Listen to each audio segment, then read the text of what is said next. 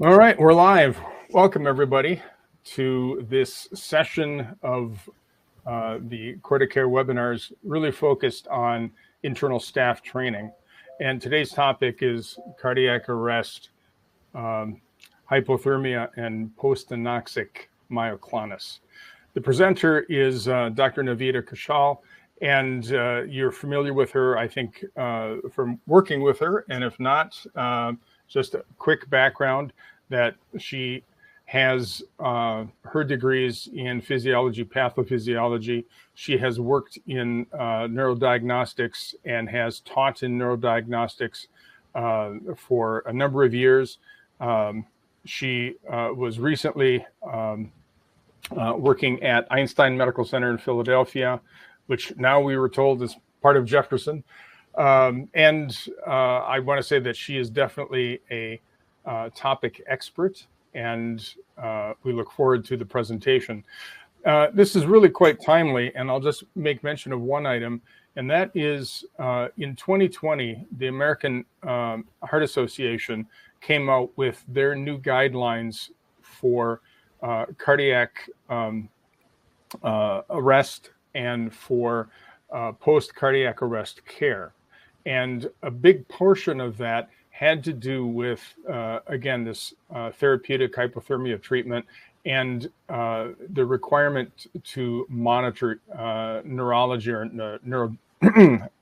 neural issues with EEG. So that'll be part of this presentation. Also, following this, you will get notice of an evaluation for ASET credit. You need to complete and submit that as we have in the past. And with no further information, I will give you to Dr. Kaushal. Good evening, everyone. Thank you, Jeff. So today we're going to talk about cardiac arrest, target temperature management, and post-hypoxic or anoxic myoclonus.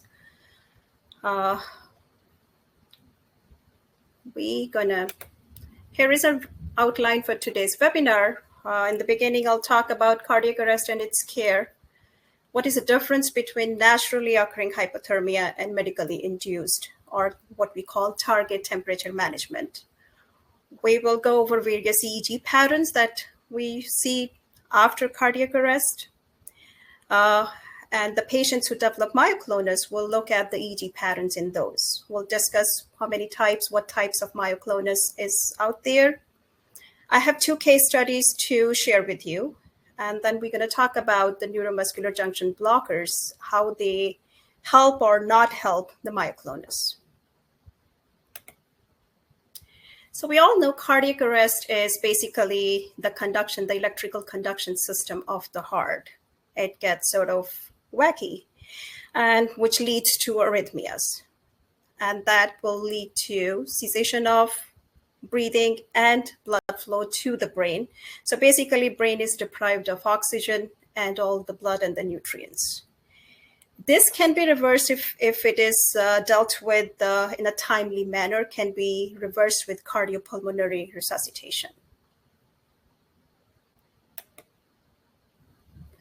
This is what Jeff was talking in the beginning. The American Heart Association published this document in 2020, where it talks about what to do after cardiac arrest, how to take care of patients clinically after cardiac arrest.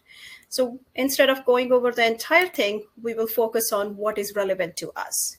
So patients who are resuscitated, they regain their respiration and cardiac rhythms, but are still comatose. They are put on to target temperature management. And EEG monitoring, continuous EEG monitoring is done on them. It's most of the time continuous. I know the document does say continuous or intermittent monitoring.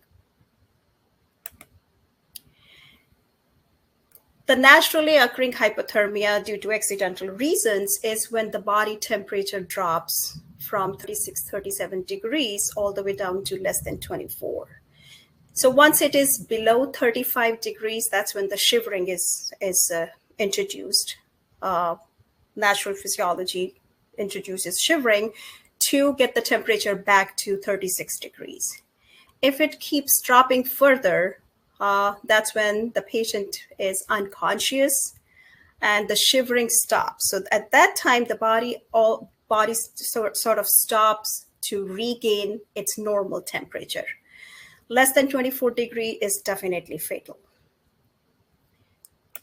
So what happens with the target temperature management, the induced hypothermia?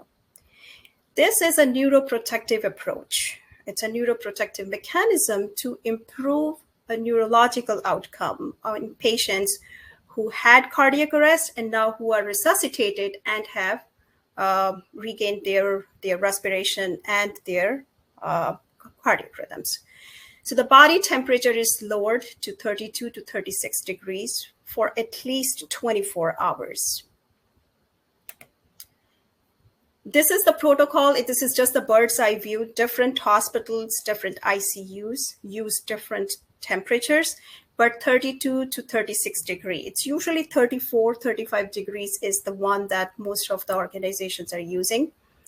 The patient is cooled within 4 to 6 hours of return of spontaneous circulation. For about 24 hours, the patient will start to get rewarm, and the rewarming is gradual. So it's like very slow, takes somewhere between 12 to 48 hours, usually 36 hours for patient to come back to normotensive levels. In patients who are on TTM, during the target temperature management protocol, you will see the patient is shivering. But afterwards, when the patient will start to rewarm, patient may have fever. So that is the time that is very crucial, and it can be detrimental if the body temperature is not controlled.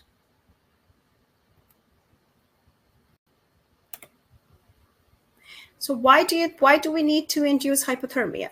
Like I said before, this is meant to minimize the anoxic injuries to the brain and to improve the neurological outcomes of the patients. With cooling, the metabolic activity of the neurons, it decreases, which also decreases the metabolic oxygen demand, the cerebral oxygen demand. It decreases the metabolic activity. And it helps with the ischemia. Not only that, it suppresses any chemical reaction that can happen in the brain once the blood flow resumes. So increase in blood flow to the brain after cardiac arrest can be fatal because of lots of chemicals being flooded into the brain. Of course, there are some side effects, but definitely those side effects are not of that much of a concern. The benefits are definitely superior than those side effects. There are certain drugs that are used during the TTM and rewarming. We all know that the patient is intubated and sedated. And during hypothermia, the patient may develop shivering. So to reduce the shivering, the patient are put on some sort of therapeutic drugs. Of course, the neuromuscular blocking agents, they are given either bolus or in continuous infusion to the patients on TTM. Of course, that is very helpful for people like us who are monitoring their EEGs.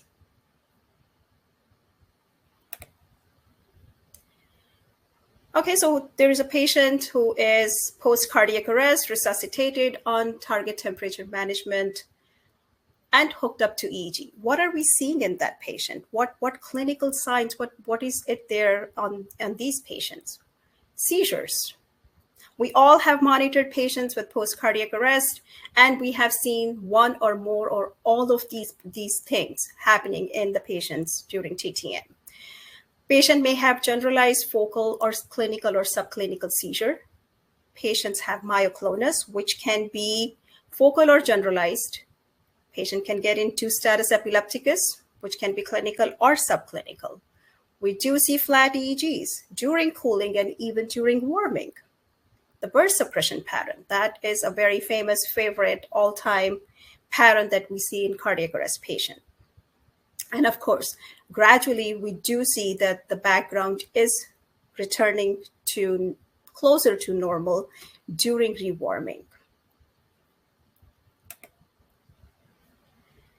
So these are some of the EEG patterns that we are seeing in cardiac arrest patients.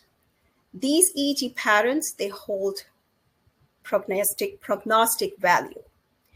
So based on the EEG, a physician can decide further course of action to help these patients. Electrocerebral inactivity, we are seeing flat EEG. There is continuous background, burst suppression pattern, or even electrographic status.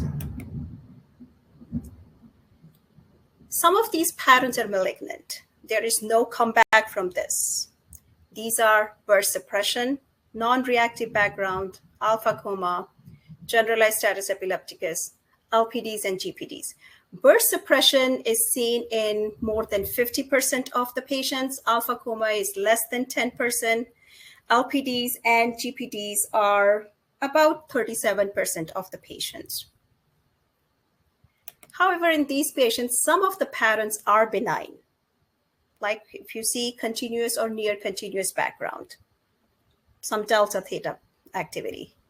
Of course, the absence of all malignant features tells us that, okay, this patient has better chances of survival if the patient is reactive to the stimuli given to them.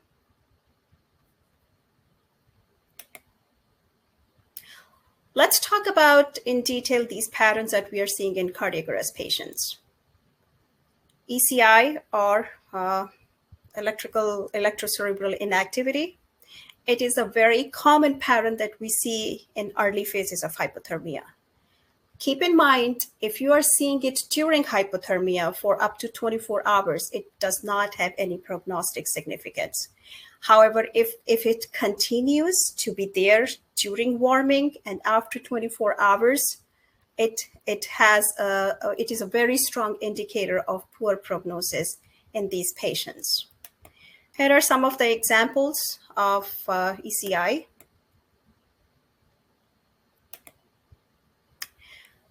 We do see continuous background in these patients. This continuous background can evolve from non-continuous, and we can see it during hypothermia and during normothermia. This pattern is a benign pattern, and it does show a good outcome and has a good prognostic value. Here is an example of a 63-year-old who came after cardiac arrest. Within 12 hours of target temperature management, the patient started to show breathing above the vent, and they removed the sedation, took the sedation off. Patient is still intubated and is following commands. You can see alpha activity in this patient. Now, the burst suppression pattern, it can be either induced pharmacologically, or it can be seen in patients after cardiac arrest without even sedation. Now, depending on what kind of bursts are we seeing in the EEG, this can indicate either good or poor prognosis in the upcoming days. So here is an example of burst suppression. We have seen so much, I don't think I need to dwell a lot on that. Now, another pattern that is very common in these patients after cardiac arrest is electrographic status epilepticus. It can evolve from a burst suppression pattern or can evolve from a continuous background. When it evolves from burst suppression pattern, it never has a good outcome.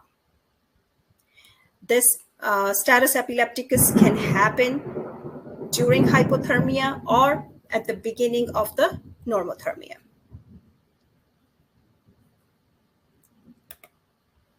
So here is an example of status epilepticus from burst suppression pattern. So here at 12 hours after cardiac arrest, we are seeing polyspike bursts. And this is after 14 hours. Now there are a shorter period of suppression in this patient. And after 16 hours of cardiac arrest, the patient developed more than 1 hertz of spike wave discharges, which were longer than 30 minutes. When the status epilepticus evolved from a continuous background, the outcome is better. It happens during or after rewarming. So once the rewarming starts, you may see it during that phase, or once the patient regains normal temperature, you can even see the status epilepticus at that time. This has good prognostic value. So here is an example of a patient. Patient is having continuous background. This is taken 45 hours after the cardiac arrest. Now there is an onset of these epileptiform discharges, which are repeating at a rate of 1 hertz. And at 47 hours after cardiac arrest, the patient is having 1 hertz of epileptiform discharges throughout the study. So now let's talk about myoclonus in cardiac arrest patients. Number of patients who develop myoclonus is pretty high. 70 to 80% of patients who have myoclonus after cardiac arrest. And this myoclonus, there are 3 major types. They can be acute, and they can be chronic, cortical, or subcortical.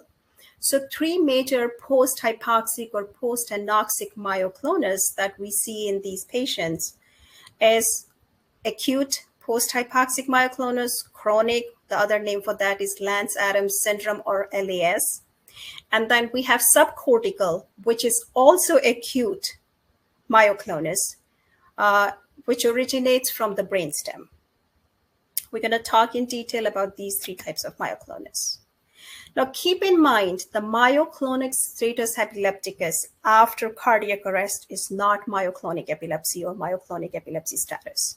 It's very different. It's just because patient has myoclonus after cardiac arrest, the term myoclonic status epilepticus is given to it. But there is always term associated post-hypoxic myoclonus status epilepticus. So what are we seeing in this kind of status? This pattern is seen in patient who is still comatose. Patient is having jerking movements, and they usually begin within 8 to 24 hours of anoxic injury. Now, if you remember in the beginning, the target temperature management protocol is initiated between 4 to 6 hours of regaining circulation and respiration. The reason being, by 8 hours of anoxic injury, the patient may start to deteriorate and develop myoclonus. And if this myoclonus happens, there is no coming back from it. So it usually begins 8 to 24 hours after anoxic injury. In some patients, we even see before that. So what are we seeing? During this, there are generalized polyspikes, spikes or sharp waves, which are the most common thing, most important thing is that these are time locked. These discharges are time locked with the jerking or the myoclonus. When they do EMG and evoke potentials on these patients, the SSEPs are huge, are very giant in these patients. The mortality rate is high in patients who have acute myoclonic status epilepticus. What is happening here is the cortex is damaged. And the damaged cortex, it can be damaged as a whole, or it can be damaged in parts and components. So we are seeing generalized polyspikes, and these generalized polyspikes, they can be multifocal on times. The reason being, if the cortex is damaged in bits and pieces, there is a disconnect between the neocortex, the connection of the cortex, cortical neurons, which can give us polyphasic, multifocal kind of discharges. But all those discharges are time locked with myoclonus. So here is an example. So we have burst suppression pattern in a patient who is having locked myoclonic jerks. So if you see on the day of cardiac arrest, patient has very high amplitude polyspikes, is in a burst suppression pattern. On day 2, the suppression decreases and the bursts are more now. However, there is a mild decrease in the amplitude of the burst. On day 3, the hyperexcitability of the neurons, now the neurons are exhausted. You are seeing that the bursts are becoming smaller, suppression is increasing. By day 4, we have very minimal low amplitude epileptic bursts and the suppression resumed. So what's happening here? These are patients with early polyspike bursts and suppression pattern. These patients, 100% of these patients have very high mortality rate. They do not survive. Other thing to notice in these pictures is the burst pattern is very identical. That is also associated with high mortality. This is another example of burst suppression pattern after cardiac arrest, and this is time-locked myoclonic jerks. This is 35-year-old male overdose, was found down, presented with cardiac arrest, is having myoclonic jerks, which are time-locked with these discharges in the EEG. The second pattern, which is chronic, it does not develop immediately. It develops 24, 48 hours, or maybe weeks after the cardiac arrest when the patient has regained consciousness. Some articles do talk about this pattern in patients immediately after cardiac arrest. It's very hard to distinguish whether the patient has acute or chronic if the patient is sedated. So to diagnose a patient with Lance-Adams syndrome or chronic post-hypoxic myoclonus, all the sedation has to be worn off. So what's happening here is in this patient, they do have action myoclonus after they wake up. Their background is continuous, but however, their spiking or the epileptiform discharges are very focal in this. Most of the studies talk about maximal spiking at the central and the parasagittal area. Now, like I said, this pattern may develop hours and days after the cardiac arrest when the patient has regained consciousness. So these patients had mixed cognitive function. Some of them have normal, some of them have near normal, depending on the anoxic damage caused to cortex due to cardiac arrest. However, over 95% of the patients who are diagnosed with Lance-Adams syndrome or who develop myoclonus after they wake up, they survive.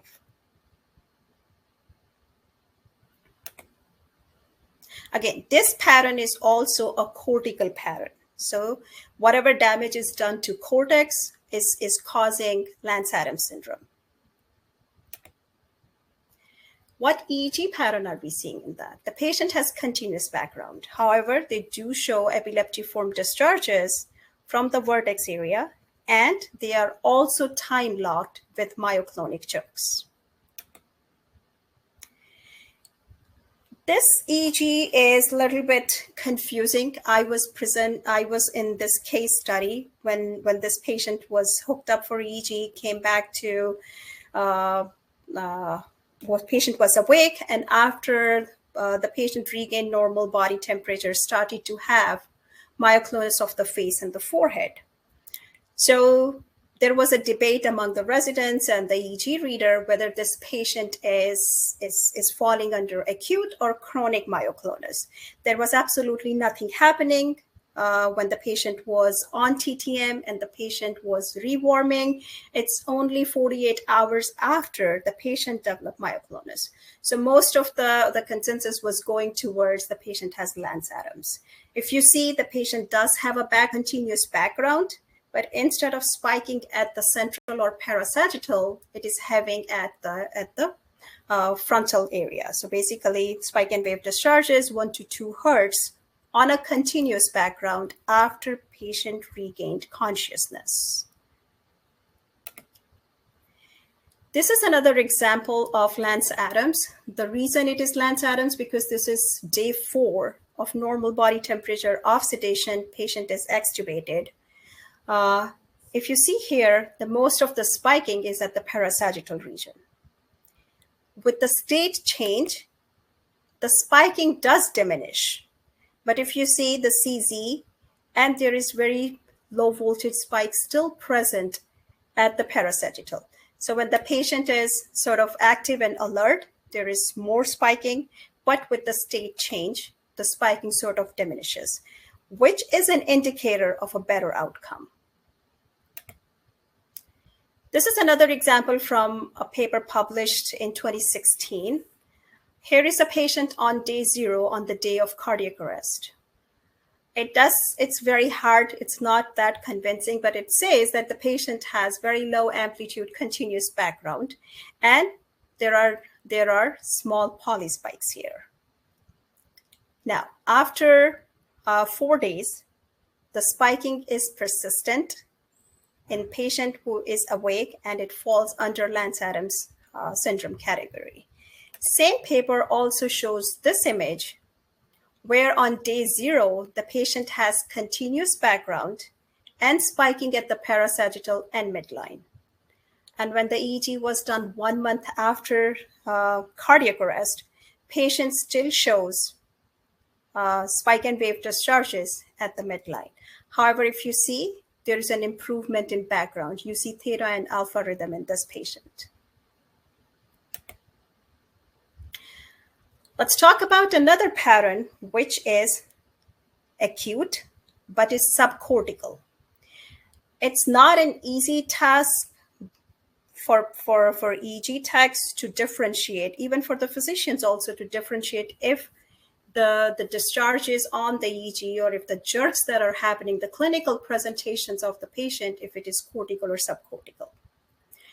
The subcortical myoclonus, the biggest thing in the subcortical myoclonus is that they do not correlate with the EEG. So the spike and wave discharges or polyspike discharges on EEG does not correlate with the myoclonus. There is always EMG, and then there is a spike wave discharge.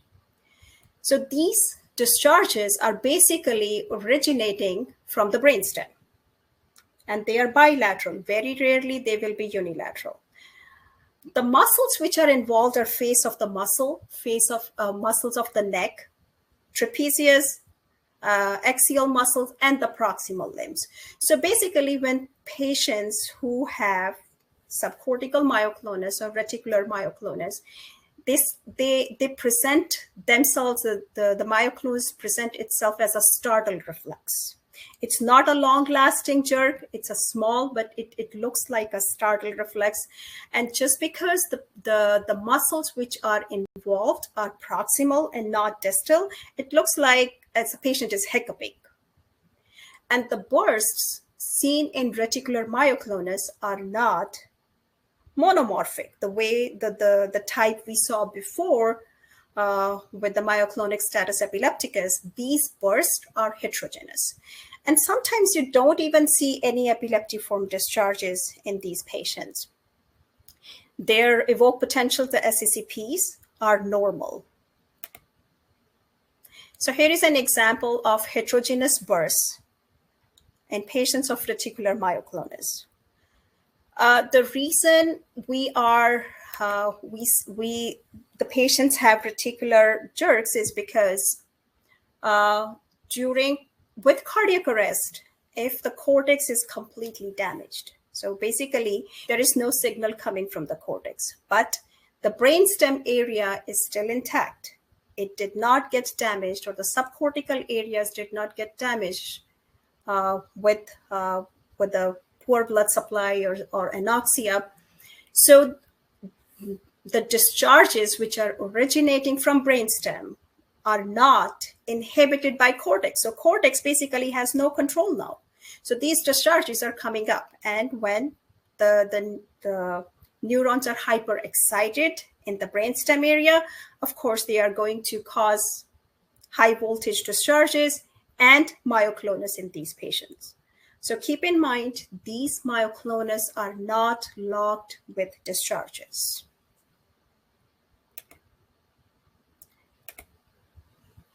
So this is just to give you a perspective of what is the difference between myoclonus status epilepticus and Lance-Adams. Lance Adams is happening when the patient is conscious, patient is aware, and it happens hours, days after patient regains after cardiac arrest. However, the myoclonus is happening in patients who are comatose.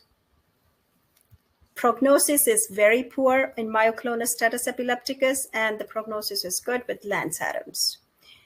You may see patients in a clinical setting come after cardiac arrest, and they will be having some sort of jerking movement in their arms and legs and face, or when they want to do any activity, the myoclonus would increase. So that is called action myoclonus. That's the significant feature of Lance Adams syndrome.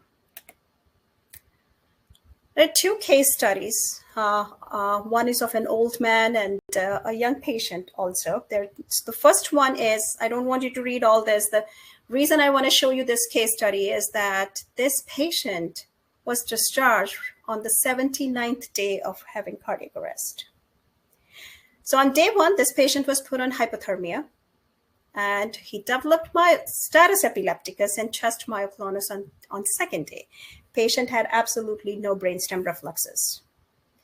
On third day, the seizure stopped and the GPDs appear. And on the seventh day, the patient still did not have any brainstem reflexes, and the family said, we are not going to withdraw care.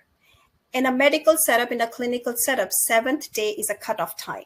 If the patient does not have motor reflexes, if the patient doesn't have brainstem reflexes, they're going to take the patient off of everything.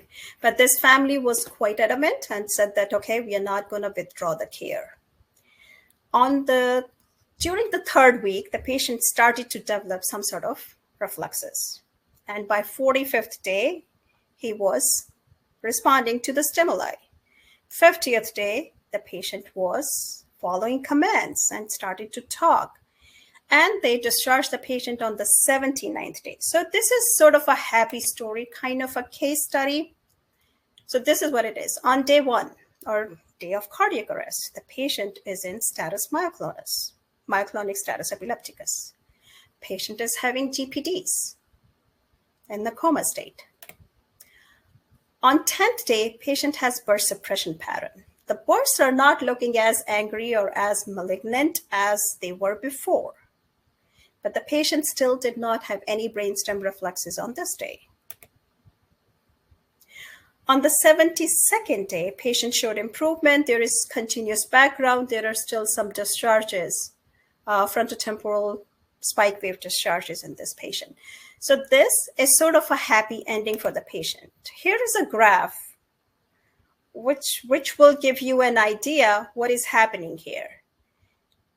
Only on the second day, patient had seizures, the GPDs, and the bilateral periodic discharges continued even up to 1 year. So patient is still having spike wave discharges after 2 to 3 years of cardiac arrest. The burst suppression pattern, however, went away, and patient started to develop a posterior dominant rhythm during the 9th, 10th week of cardiac arrest. The most important thing to notice here is appearance of sleep patterns. When we all put our shift summary and mid-shift summary, we always talk about sleep. Even if the patient is intubated, patient is having GPDs or whatever it is, we always mention whether the sleep is present, if it is undetermined or things like that. Sleep, presence of sleep pattern in a comatose patient is an indicator of better outcome. So for this patient, it took 1 year for the neurons to get repaired to get some sort of sleep pattern in it. So this is a happy ending kind of a patient. The family was quite persistent, kept 71-year-old a long time on life support. And here we are. However, the next case is not that much of a happy ending. A 30-year-old female was presented after cardiac arrest. She was put on target temperature management and she had global myoclonus. So I have a couple of slides on day one. This patient's EEG was quite fluid on day 0 of cardiac arrest when she was on target temperature management. If you look at it, she's in burst suppression. The bursts are highly epileptic. And then she was having seizures.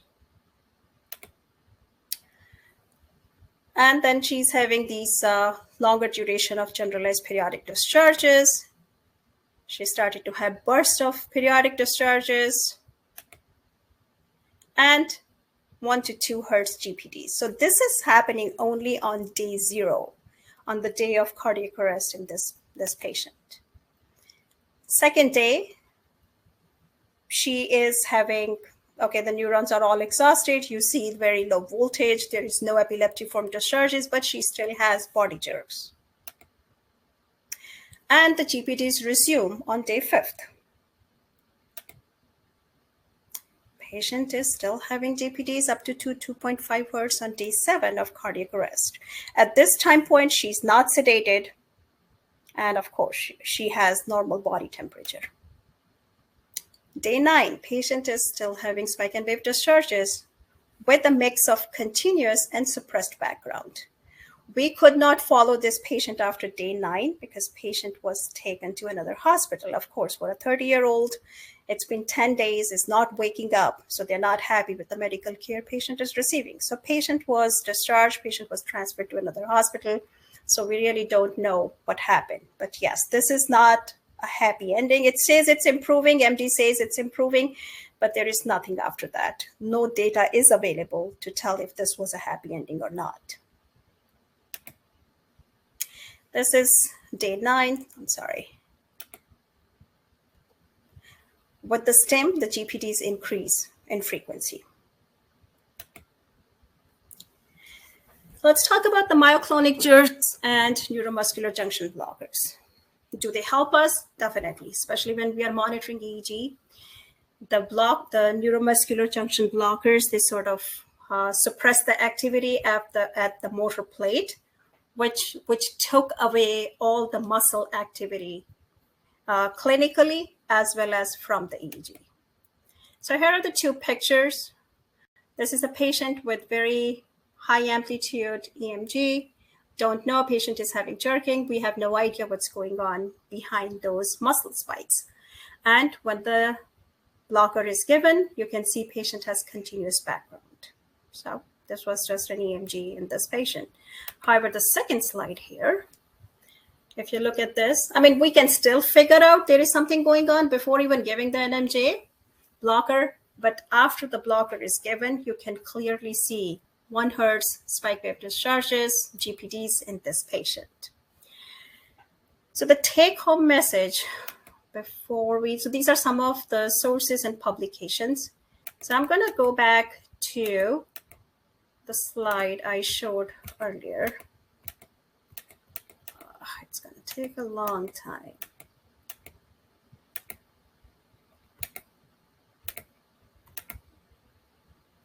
Bear with me.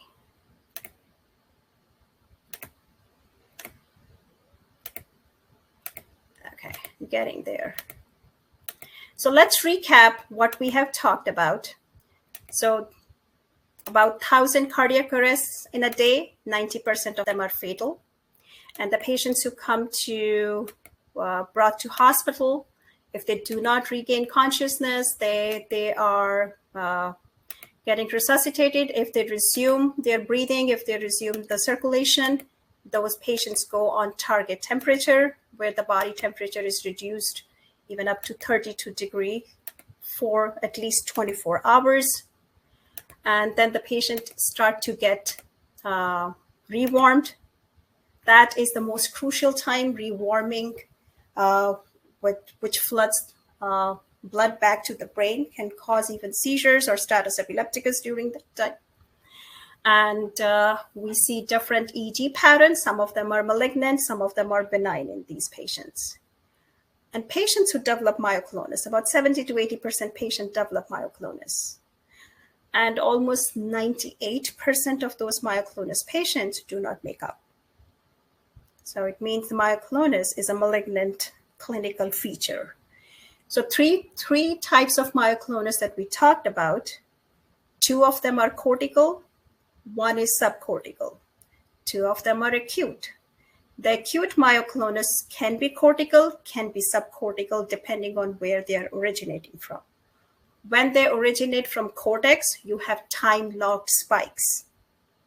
When they are not originating from cortex, so you have EMG, and then you may have a spike and wave, or you may have normal, near normal background. Those are the myoclonus originating from subcortical areas or the brainstem.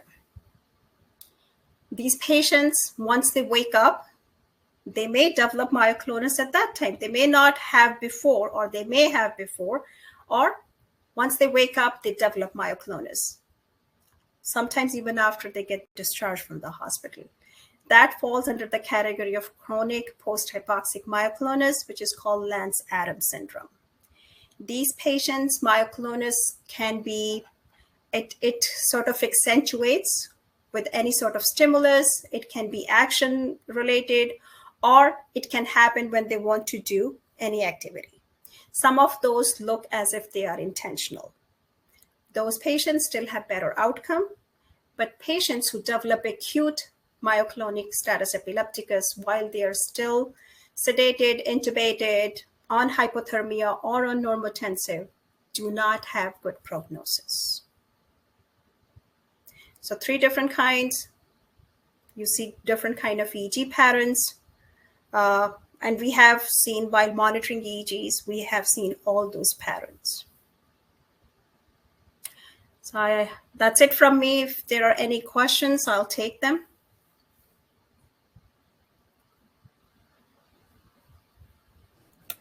And if you want to enter your questions into the chat area, that would be great. And I can share them with the group.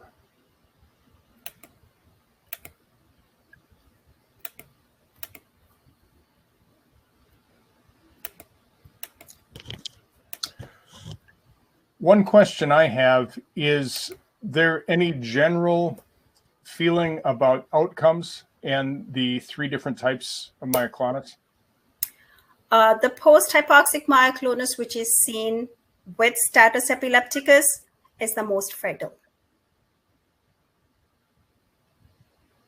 So it is acute myoclonus, which is seen when the patient is still on hypothermia protocol and heavily sedated, intubated. If the patient has, patient develops subclinical status, if the patient develops electrographic status with myoclonus, is the most fatal, is the most malignant pattern. Okay. There are no other questions at this time. I want to thank you for your presentation. It was a great topic, very good content. There is a recording of this that will be available in the next couple of days. And thank you, everyone, and good night. Good night, everyone.